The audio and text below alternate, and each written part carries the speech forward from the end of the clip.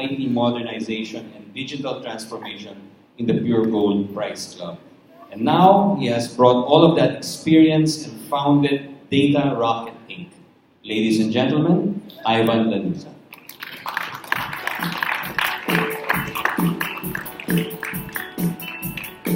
Good afternoon. Thank you, Tony. Can we give another round of applause to Tony, please? So I was talking to him earlier this morning, and I told him, you know what, you're the master showman. And he said, no, but I'm not the greatest showman.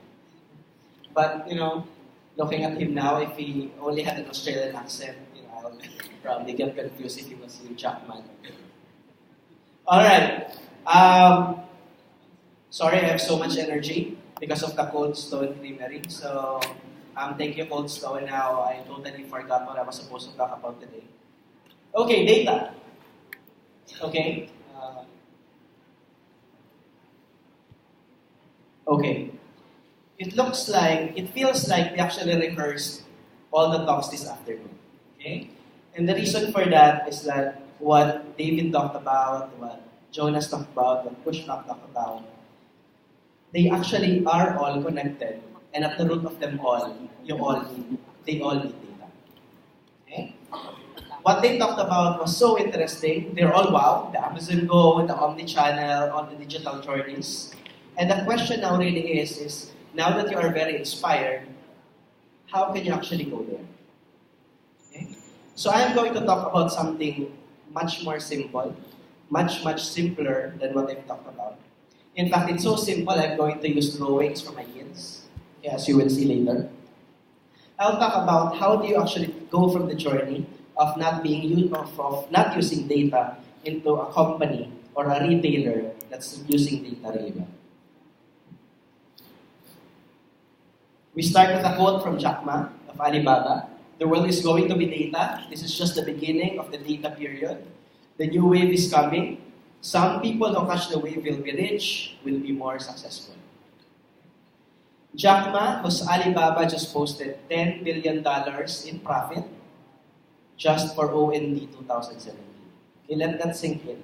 1 quarter, $10 billion profit. That's a lot. Okay? That's a lot. Okay? And he understands that it's all about data. Amazon, Jeff Bezos, understood the power of data 10 years ago. He hid it from us, and he capitalized on the power of data. Walmart, the biggest, probably, and most popular brick-and-mortar store, has been mass hiring data scientists for the last 4 to 5 years. There is something about data. Okay? And today, I'm going to talk about something very simple. How do you actually use data to win, especially if you are a Philippine retailer? I will cover 3 questions, 3 very basic questions. Is data an asset? How do you transform data? And for those who like sports analogies, are you on offense or are you on defense? I will talk about the data maturity model, which is the path towards being more mature in terms of data usage. And to make sure that you can take home something that you can apply already starting tomorrow, I will talk about 5 very practical use cases in terms of data and how you can apply it to your retail business. Okay, we're good? We're good with that flow? You need more ice cream? Yes? No? Okay. Alright. Let's start with IDG Data Analytics. They made a survey in 2016. They surveyed 1,000 executives and they asked, is data important to you? Okay. 58% said that they agree or strongly agree that their company is positioned well to capitalize on big data potential. 71% agree that big data will create a lot of new revenue opportunities. 78% agree or strongly agree that data can fundamentally change the way their company does business. But how come there are very few successful data initiatives? That's the question. I think everyone knows data is important, data is powerful, data is the new oil, but how come there are very few successful data initiatives? And the answer is, there is not very clear knowledge as to whether data is an asset or not. Okay? You've heard me talk, you've heard a lot of speakers talk about data. So first question, is data an asset? Yes? Yes. Hey, more energy, come on, more ice cream. Yes? Yes. Actually, it's not. I set you up totally, right? That's unfair. Data is not an asset. Let me talk about it some more. This is a sample of data. Our revenues are 65 million pesos. What does it tell you? Does it give you a plan? Does it help you take action? This is information. A revenue of 65 million is 10% higher versus last year and growing faster than our competitors. This is now helpful. Why? Because there is context, there is purpose, there is relevance. So this is the first thing I need you to take away from this talk. Data is not an asset unless converted into information or insight. Think of it as inventory. Okay? Technically, inventory is an asset in the balance sheet. Right? Technically, it's an asset. But the reality is that unless inventory is translated into receivables, into cash, it is just a headache waiting to be stolen in your warehouse. It's a liability. Same with data. Unless data is transformed into information or insight, it is just a headache waiting to be stolen from your databases. Okay? So data is not an asset unless we convert it into information. Second question, how do you transform data? You transform data with a good data strategy. So a data strategy is simply a roadmap to convert all your raw data into information assets that can help your business. Okay? And when raw data is transformed into information, I will go to this very quickly because this has been covered extensively. You will get higher understanding about your customers, products, markets, your competition, your suppliers. You will have more optimized operations. You can combat fraud. You can have better forecasts, so you don't have to store a lot of inventory. You can make better decisions, and for the more advanced organizations, they can actually monetize their data as additional source of income. If most of you here are retailers, I really encourage you to think about monetizing your information because you really can. Okay? Take it from my experience. Third question. If you are going to have a data strategy, will you be offense or defense? If you are defense focused, it means you are focused on minimizing the risk that data can bring you. You want to make sure you have good data integrity, you want to comply with regulations, you want to use data to detect and limit fraud, to prevent theft. And basically, if you are defense focused, your main users of data are basically legal, finance, compliance, and your IT departments. On the other hand, if you are more offense focused, then your focus objective is really about supporting business growth, business objectives. It's now all about information flexibility versus data integrity. You're now focused on increasing revenue, profitability, putting in additional revenue streams, and typically your users are more sales, marketing, and operations. Yeah. If you look at the offense and defense spectrum, typically the hospitals are more in the defense area, right? Or in the defense spectrum because they are highly regulated. Data quality has to be very important, right? You don't want to mess up this patient had this patient, right? I mean, you can't make an analysis of this patient is sick, so looking at all the other data, this other patient might also be sick, something like that, right? It doesn't work. Data quality is a priority. In the middle, there isn't the banks. They are also very highly regulated. Data security is key. However, they also operate in a very dynamic market, which means they also have to look at the offense things. And then, welcome to the Retail Summit. Retailers are typically more offense focused. You are less regulated, thankfully. There's limited sensitive data that we keep. No health or no financial data other than the purchase data. And there's a need to react rapidly to competition and to all the market changes. So it's very, very offense focused. What this is saying is that the industry focus, whether it's offense or defense, will be dictated based on the regulatory bodies in that industry, the competition in that industry, and how the market changes. Okay? So I've covered the three basic questions that you need to understand. So is data an asset? No, it's not an asset. How do you transform data? You need a good data strategy to transform it into information. And if you are a retailer here, then start looking at offense. So now let's go to the most important part of the presentation, which is the data maturity model. The data maturity model is a very simple way, it's a very simple roadmap to get you from an organization who does not use data, so you don't use data, you're a level 0, to a level 5 organization wherein data is naturally integrated into our day-to-day processes. You've heard about AI, you've heard about hyper-personalization, that's in level 5. Okay? Now to get there are certain levels you have to go through. Okay? So my task today is to explain this in very simple and practical terms. Your task is to determine what level you are in and which level you want to go to in the next 1 to 2 years. Okay? So here are the drawings of my son, no judgment. Data maturity model level 0. Decisions are based on anecdotes and guesses. Okay? In this level, I hope you can read. The buyer will go to the store, look at the shelves, and say, I think the promotion did well because I can't find the promotional items on our shelves anymore. Awesome, right? It's out of stock, probably because everyone bought it. But that's just an anecdote. It's just a guess. Because the reality might be all the stocks are back in the warehouse. The reality might be no stocks were delivered to begin with. Okay? So at this point in time, if you are operating like this, please help yourself and get out of it because you are going to lose your business soon. So you have to at least go to level 1, wherein data from various reports are at least available, but often inconsistent. This is called Game of Thrones. Okay?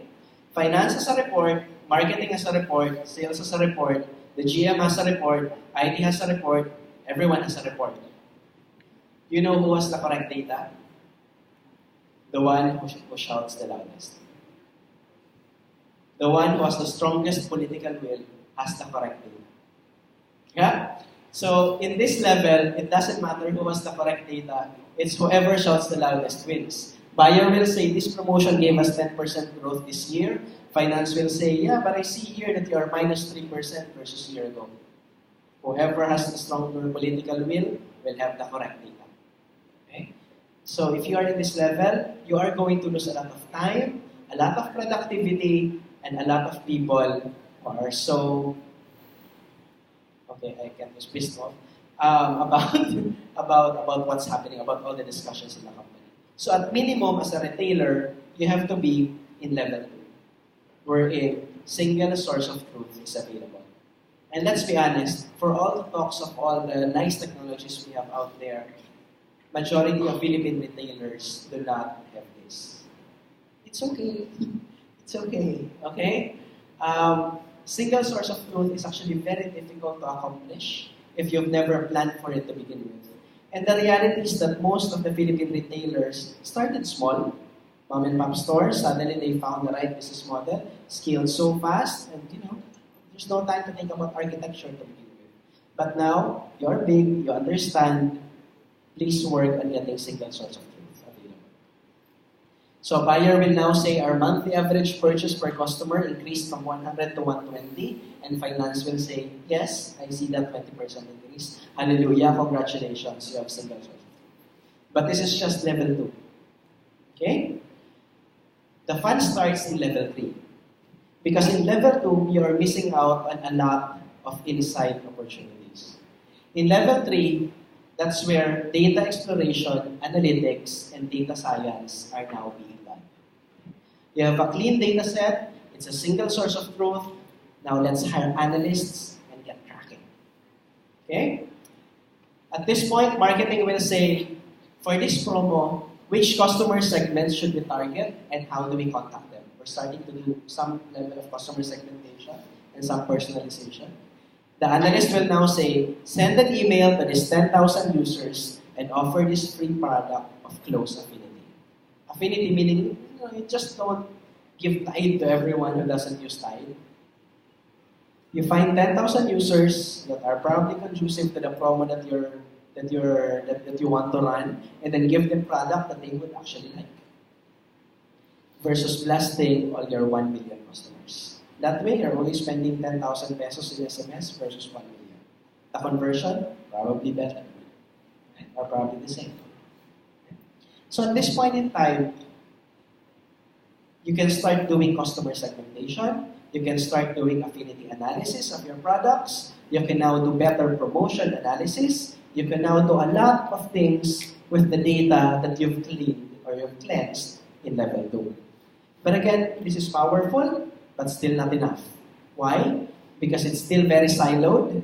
You are still looking at your internal data. So level 4 is when you start merging internal and external data. Data from Nielsen, data from Google Analytics, data from your social media accounts, data from your websites, data from your mobile apps. And at this point in time, it becomes more powerful because your insights now have the context of the external world. Now you're saying, your analyst can now say things like, our market share is just at 5% for this area, for this barangay. Moving to 6% share equates to 100 million increase for category Y. That's how specific you can be already because there's external context. And now finance can say, you should consider adjusting your price point for this product because based on pricing in the area, we have some level of elasticity. Pricing elasticity is the concept of if you raise a price of a certain product, there's no change in the purchasing behavior of the customer. Yeah. But you can only have that if you have both internal and external data. Now this is great. If you reach this one, congratulations to you. It's a big step already. Now let's go to the final level, the Amazon, the Alibaba, and the Walmart level. Level 5 is where just-in-time insights and prescriptive data tools are directly in the hands of decision makers. What this means is that your buyer can now say, of the 6 promotions we ran yesterday, the keyword is yesterday, 5 have gone much better than expected, and I will ask supply chain to restock. Supply chain will say, I already received the prompt yesterday from the system, AI, that we might run low by next week, so we triggered a PO already. In fact, in some cases, you don't even have to trigger a PO, AI will create a PO for you. Right? And marketing will say, we are trending in social media, let's catch the wave, and the analyst is somewhere in the Maldives enjoying his retirement. Okay? This is level 5. Okay? So it's a simple step-by-step process. Data maturity model, you start with level 0 wherein decisions are based on anecdotes. You move on, and then data from various reports are now available in level 1, but often inconsistent. So at least you go to level 2 wherein a single source of truth is available for everyone. Now you get this clean data set and release your hordes of analysts to get your exploration done, your analytics done, your data science done. Now you're very powerful internally. You add external insight, merge it for even more powerful insights. And now that you have all these insights running in your company, you put in automation, put in AI, so that just-in-time insights and prescriptive data tools can now be directly in the hands of decision makers versus still going through analysts, still going through whatever process. Okay? And as you think about globalization, right? So as we look at, think about the term of the theme of this summit, I encourage retailers to actually start going through this journey because it's just a matter of time before the global retailers are already in level 4 and level 5 come in and actually find us in our market. You need to be ready. So I've talked about the 3 questions, talk about the model in very theoretical terms. Now let me end with 5 practical use cases so that, as I promised, there's something that you can already do starting tomorrow. Okay? Now most of the Philippine retailers are in level 2 or in early level 3 of the data maturity model. So I chose 5 examples that assume that most of us are in this level. Okay? So practical use cases for analytics. I'll talk about customer retention, promotions analysis, seasonal replenishment, assortment recommendation, and customer profiling. Good words, right? Very nice words. I can assure you they're not as complicated as they sound. Customer retention. Here's an example of data being graphed or visualized. Think of the blue dots as customers. Each blue dot represents a customer. So for example, that person at the upper right is Geneva Milhoan. This is not real data, okay? I just made it up. Geneva Milhoan at the upper left. Average purchase is 28,300. Okay? It means if you look at the vertical axis, the average purchase per visit, that person is at 28,300 pesos per visit. If you look at the horizontal axis, the day since last purchase, Geneva last purchased at 172 days ago. Okay? This is data. Okay? Now let's convert it into insight. Here's the insight. You can segment your customers on 4 quadrants. Okay? On the upper left, these are the customers that you have to positively retain. Okay? They are big basket customers. They are active with you. Keep them happy, please. On the upper right corner are the ones that you have to recover. They used to be big basket customers. They left you for one reason or another. Talk to them, find out what happened. In some cases, it's a very small thing that needs to be fixed. Fix it, recover them.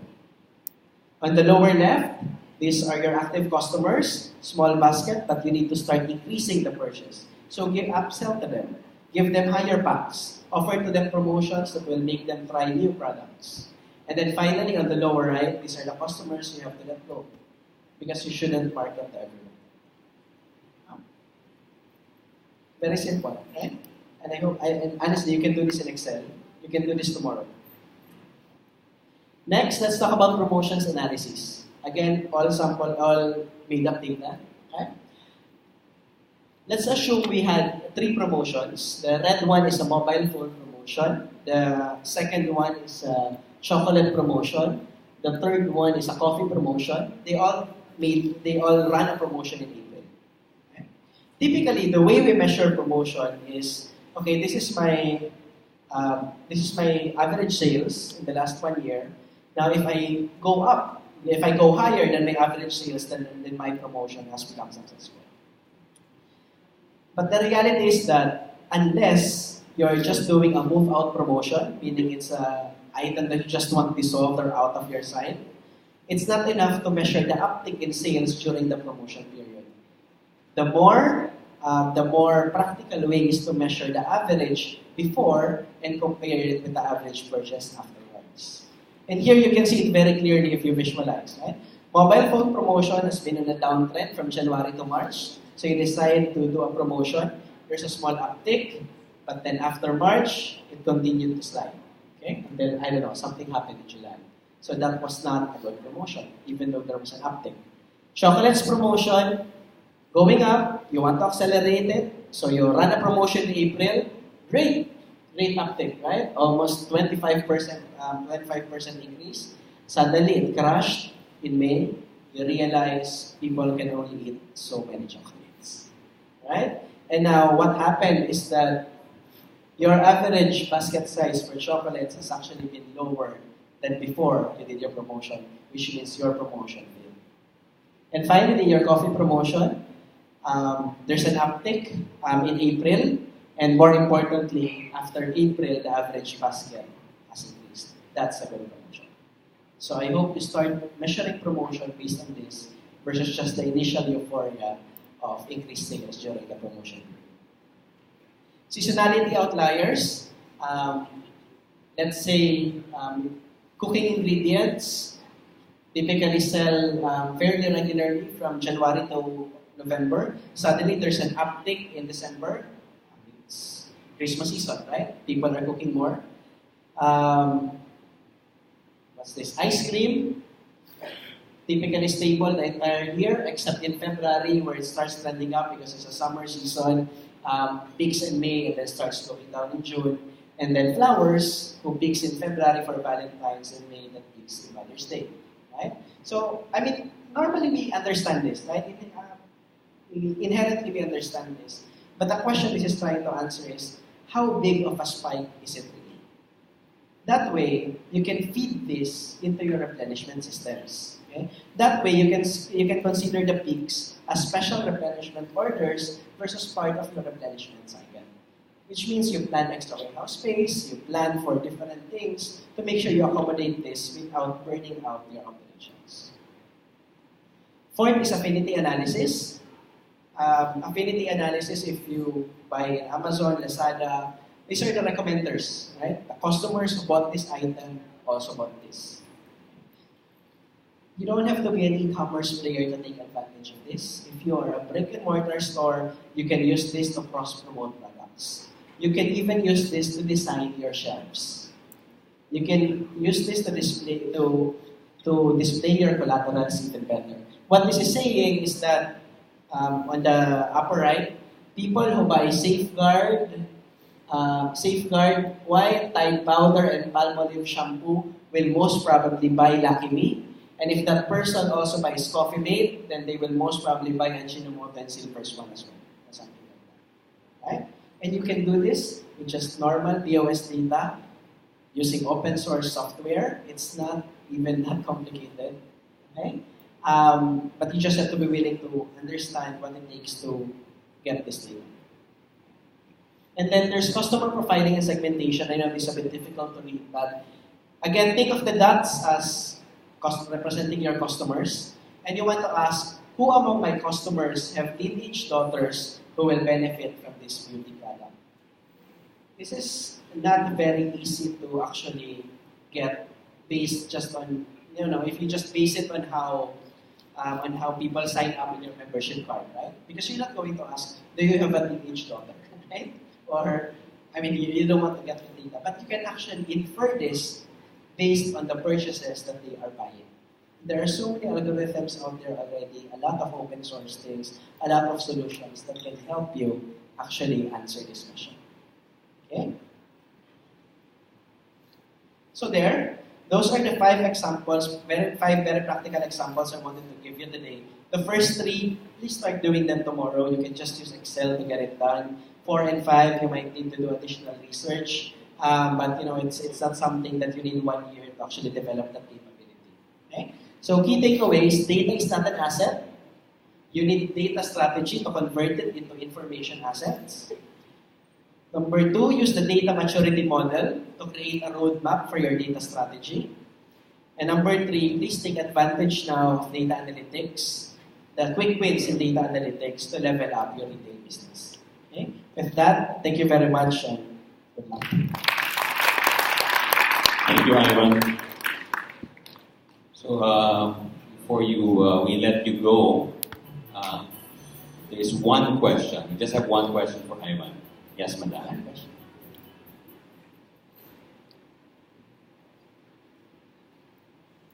Good afternoon, sir. Thank you so much for sharing us your information and insights about the topic.